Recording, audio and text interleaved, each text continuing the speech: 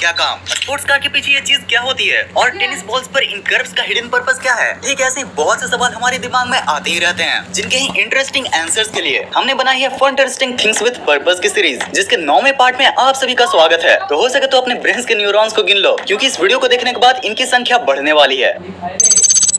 यार हम सभी के घरों के छत पर आसानी से नजर आने वाला हम सभी का ही पर्सनल कुआं हमारे घर का वाटर टैंक ही होता है। एक वाटर टैंक लगभग सभी घरों के छत पर आराम से धूप सेकता हुआ दिख जाएगा। पर यार क्या आपने वाटर टैंक के साथ जुड़े इस टी स्ट्रक्चर पर गौर किया है? यार आपको तो पता ही होगा कि बिना पर्पस के हम इंडियंस फ्री का कोई भी छोटा से छोटा चीज नहीं लगाते हैं, फिर भी इतने बड़े टी जैसे पाइप को सब लगाते हैं क्यों है? इसमें तो कोई नल भी नहीं लगता, फिर इसका पर्पस क्या है? गाइस एक्चुअली में इस टी जैसा स्ट्रक्चर को टी पाइप कहा जाता है। इस पाइप की वजह से हम सभी के घरों में वाटर का फ्लो अच्छी तरीके से प्रॉपर्ली मेंटेन रह पाता है।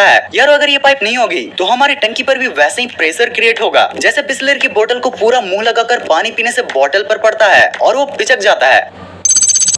यार अगर आप एक ट्रू डिफेंस लवर हैं, तो आपको भी ये फैक्ट शॉक्ड कर देगा। यार एयरफोर्स में फाइटर जेट का बहुत बड़ा रोल होता है और इन्हीं फाइटर जेट्स के हेल्प से हमारे सोल्जर्स अपने दुश्मन को आसमान से गिराकर खजूर में अटका देते हैं। गाइस अक्सर ही हम सभी लोगों को ये लगता है कि फाइटर जेट में अटैच ये चीज रॉकेट होती है, मगर भाई ये चीज रॉकेट नहीं है, बल्कि इसका पर्पस तो कुछ और ही है। गाइस इस चीज को ड्रॉप टैंक या एक्सटर्नल टैंक कहा जाता है, क्योंकि ये रॉकेट जैसा दिखने वाला स्ट्रक्चर कोई रॉकेट नहीं बल्कि एक डिटैचेबल फ्यूल टैंक होता है। यार ये टैंक एक बार में 600 यूएस गैलन यानी कि तकरीबन 2300 लीटर तक के फ्यूल कैरी कर सकता है, ताकि कोई भी फाइटर जेट इसे अपनी इमरजेंसी सिचुएशन में यूज कर सके। और इसे डिटैचेबल इसलिए रखा जाता है ताकि इमरजेंसी सिचुएशन में ही इसे गिराकर पायलट जेट की स्पीड बढ़ा सके।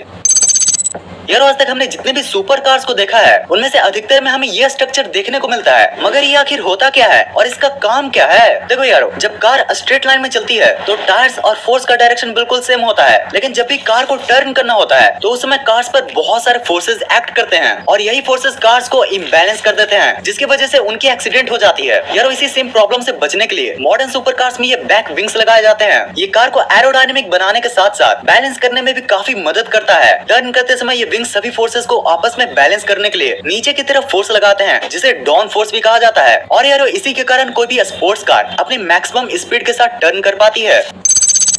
यार आपके बचपन की इंजीनियरिंग की यादों को ताजा करते हुए चलो एक ऐसे कमाल के पर्पस के बारे में जान लेते हैं, जिसके बारे में आपने शायद ही कभी सोचा हो, और भाई अगर सोचा भी होगा तो फिर गूगल बाबा से पूछना भूल गए होगे। यार आपने अपने घरों में कभी न कभी वॉशिंग मशीन, सीपीयू, मोबाइल के पार्ट्स को खुला तो जरूर से देखा होगा। यार इन सभी इलेक्ट्रॉनिक्स में सबसे कॉमन पार्ट होता है ये ग्रीन बोर्ड, जिसे सर्किट बोर्ड भी कहा जाता है। लेकिन गाइस ये सोचने वाली बात है कि ये बोर्ड हमेशा ग्रीन कलर में ही क्यों नजर आता है? यार सच्चाई तो ये है कि सर्किट बोर्ड हर कलर का हो सकता है और ये रेड ब्लू कलर्स में भी अवेलेबल होता है, मगर मोस्ट ऑफ द कंपनीज हमेशा ग्रीन कलर की बोर्ड क्यों यूज करती हैं? ऐसा क्या कनेक्शन है सर्किट बोर्ड और ग्रीन कलर में? यार एक्चुअल में ग्रीन पार्ट सर्किट के रीजन की वजह से होता है, जिसे सोल्डर मास्क भी कहा जाता है, और इसका यूज सोल्डर को रस्ट से बचाने के लिए किया जाता है। यार सर्किट बोर्ड में ग्रीन कलर की वजह से विजिबिलिटी भी बढ़ जाती है, मतलब कि हम उसमें लगे छोटे छोटे चिप्स को आसानी से देख पाते हैं। साथ ही कुछ फैक्ट्स ये भी बताते हैं कि ग्रीन कलर वर्कर्स की थकान को दूर करके उनकी इफिशियंसी बढ़ाता है। जैसे नेचर की ग्रीनरी को देखकर हमें कितना ज्यादा मजा आता है। वैसे यार ये नॉलेज अभी तो आपको पैसे नहीं दिलाएगी, but knowledge never goes wasted. वैसे अगर आप नॉलेज से पैसे अर्न करना चाहते हो तो आज मैंने आपके लिए एक ऐसा प्लेटफॉर्म लाया है जहां आप अपनी जानकारी से हाँ या ना में आंसर देकर पैसे कमा सकते हो। जी हाँ, ये है प्रोबो। लिंक मैंने डिस्क्रिप्शन में दे रखी है, वहाँ से डाउनलोड करोगे तो एडिशनल 25 रुपीज मिलेंगे। जाकर जल्दी डाउनलोड करो। और हाँ, यहाँ 100 से भी ज्यादा लोगों ने 1 लाख रुपए से ज्यादा कमाए हैं। प्रोबो एक ऐसा प्लेटफॉर्म है जहाँ आपको अपनी जनरल नॉलेज इंक्रीज करने के साथ साथ पैसे कमाने का भी मौका मिलता है। इसे कैसे करना है मैं आपको बताता हूँ। सबसे पहले इस ऐप को डिस्क्रिप्शन लिंक से डाउनलोड करो एंड साइन अप कर लो। साइन अप करते हैं आपको बहुत सारी कैटेगरीज दिखेंगे, जैसे न्यूज, फाइनेंस, क्रिप्टो, स्टार्टअप और भी बहुत सारे। तो जैसे मैंने क्रिकेट कैटेगरी सिलेक्ट करा। और चलो एक क्वेश्चन लेते हैं, will Amazon be taking broadcasting rights for IPL? यार मुझे तो हाँ लगता है, तो यहाँ मैं अपने हिसाब से प्राइस एंड क्वांटिटी चूज करके अपना आंसर सबमिट कर देता हूँ। और अगर आप अपने आंसर पे पूरा श्योर हैं, तो आप ज्यादा क्वांटिटी सिलेक्ट करके ज्यादा अर्न कर सकते हो। और हाँ, आंसर सही होते ही जीते हुए पैसे आपके अकाउंट में, जिसे आप यूपीआई से भी विड्रॉ कर सकते हो। सो लिंक डिस्क्रिप्शन में है, अभी जाकर नॉलेज गेन करने के साथ पैसे भी अर्न करो।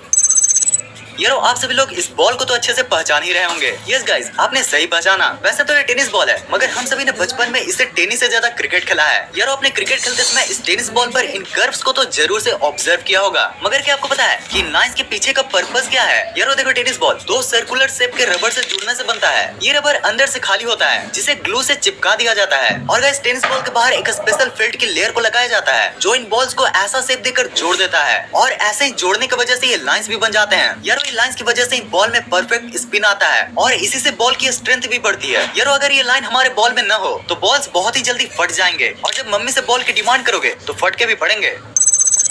यारो एयरप्लेन हमारी जिंदगी में हवाई यात्रा का फील दिला देता है, वरना पहले के लोग तो बस ख्यालों में ही हवाई यात्रा किया करते थे। यारो बहुत सारे वैज्ञानिकों की कड़ी मेहनत और अनेकों प्रयासों के बाद हमारे ये हवाई यंत्र तैयार हो पाया है। यारो अगर आप भी एक प्लेन लवर हैं, तो आपने ये तो जरूर से गौर किया होगा कि कुछ एयरप्लेन के इंजन प्लेन के नीचे होते हैं, तो वहीं पर कुछ प्लेन के इंजन इस बैक साइड में। तो यारो क्या आपको पता है कि इन अलग अलग एयरप्लेन के इंजन प्लेसमेंट का भी एक अलग ही पर्पज होता है। यारो बेसिकली कमर्शियल एयरलाइंस में इंजन विंग्स के नीचे शिफ्ट किया जाता है। ऐसा इसलिए क्योंकि साइड में शिफ्ट हुए इंजन को रिपेयर और रिप्लेस करना आसान होता है और ये प्लेसमेंट एयरप्लेन को उड़ने में भी मदद करता है। ये विंग्स वाले इंजन प्लेन को हॉरिजॉन्टल स्टेबिलिटी भी प्रोवाइड करते हैं, जिससे प्लेन स्टेबल होकर आसानी से उड़ पाता है। यार रेयर माउंटेड इंजन को भी कुछ अलग स्पेशल फीचर्स के लिए यूज किया जाता है। गाइस जब इंजन फेलियर का टाइम आता है तो रेयर माउंटेड इंजन प्लेन को टिल्ट होने से बचाता है। गाइस रेयर माउंटेड इंजन वाला प्लेन दूसरे प्लेन्स के मुकाबले कम रनवे में ही लैंड हो जाता है।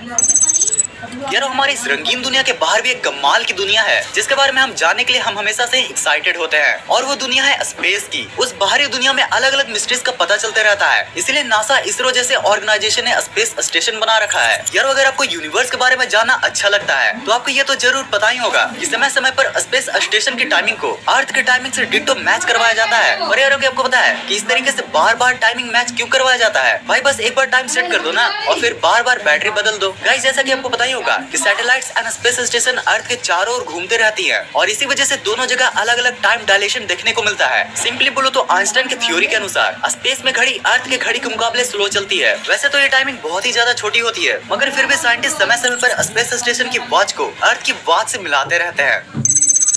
यार हमारे साइंस बुक के साथ साथ हर बर्फीले जगह पर पाए जाने वाले इस इग्लू को तो आप पहचानते ही होंगे, पर क्या कभी आपने इस गोल मटोल से दिखने वाली चीज के अंदर की गोलमाल को जानने की कोशिश की है? यार ये ख्याल तो आपके मन में जरूर से आया होगा कि ये बर्फ से बनी चीज हमें गर्म कैसे रख पाती है और इसके अंदर ये उठा हुआ स्ट्रक्चर का क्या काम होता है। तो चलो इसके पीछे का फंडा एकदम सिंपल वे में समझते हैं। यार जैसा कि आपको पता होगा कि एक लोहा दूसरे लोहे को काटता है, ठीक वैसे ही बर्फ से बनी चीज ही बर्फीली हवा को गर्म करने में मदद करता है। यार एक लोग बर्फ को कंप्रेस करके बनाए गए ईंटों से बनता है और उन ईंटों को बाहर से कुछ इस तरह से डोम से और अंदर से कुछ ऐसा एलिवेटेड शेप दिया जाता है। यार इग्लू के अंदर जमा हुआ गर्म हवा हल्का होने के कारण इग्लू के ऊपर वाले पार्ट में होता है और वहीं ठंडी हवा इसके नीचे पार्ट में, तो आप गर्म हवा को अच्छे से फील कर सकें, इसलिए अंदर ये उठा हुआ स्ट्रक्चर होता है जिसी पर इग्लू में रहने वाले लोग बैठते हैं। अगर आप इस